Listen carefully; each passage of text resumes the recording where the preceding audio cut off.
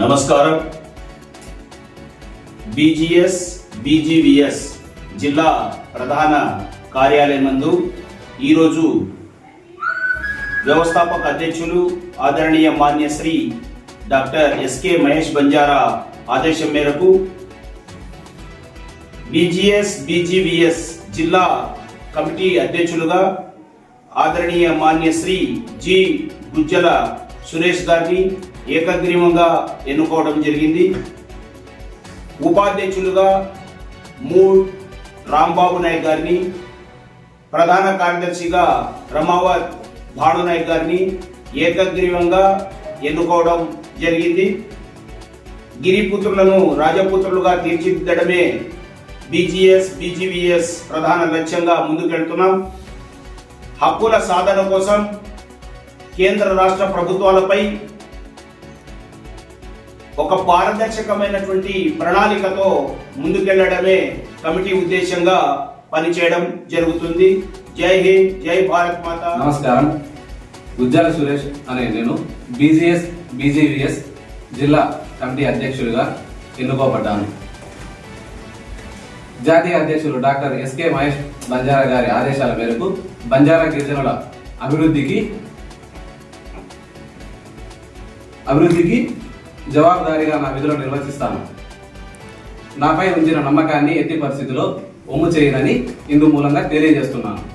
నమస్కారం. జై భీమ్, జై కొమరం భీమ్. అందరికీ నమస్కారం. గుజ్జల సురేష్ అను నేను బీజీఎస్ బీజీవీఎస్ జిల్లా కమిటీ అధ్యక్షులుగా ఏకగ్రీవంగా ఎన్నుకోబడ్డాను. జాతీయ అధ్యక్షులు డాక్టర్ ఎస్కే మహేష్ బంజారా గారి ఆదేశం మేరకు బంజారా గిరిజనుల అభివృద్ధికి జవాబుదారీగా నా విధులు నిర్వర్తిస్తానని, నాపై ఉంచిన నమ్మకాన్ని ఎట్టి పరిస్థితుల్లో ఒమ్ము చేయనని ఇందు మూలంగా తెలియజేస్తున్నాను. అందరికీ నమస్కారం. జై భాను నాయక్, బీజీఎస్ మరియు బీజీవీఎస్ జిల్లా కమిటీ ప్రధాన కార్యదర్శిగా నన్ను ఏకగ్రీవంగా ఎన్నుకున్నారు.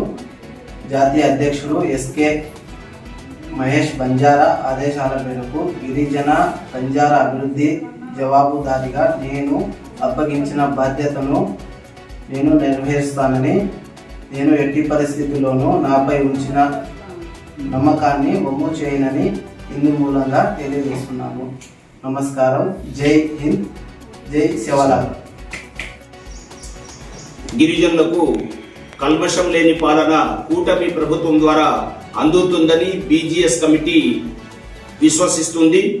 గత ప్రభుత్వంలో నిర్వీర్యమైపోయినటువంటి ఎస్టీల పథకాలు తిరిగి కూటమి ప్రభుత్వం దశల వారీగా ఇస్తుందన్నటువంటి భరోసా బీజీఎస్ కమిటీకి ఉంది.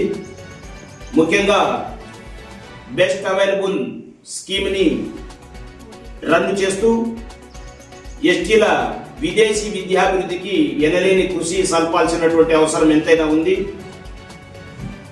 ఎస్టీల భూమి కొనుగోలు పథకాన్ని తిరిగి ప్రారంభించి భూమి లేని ఎస్టీలకు భూములు ఇవ్వాలని, రైతు సాధికారతకు, మహిళాభివృద్ధి, మహిళా సంరక్షణకు ప్రభుత్వం ప్రత్యేకమైనటువంటి శ్రద్ధ కనపరచాల్సినటువంటి అవసరం ఉంది.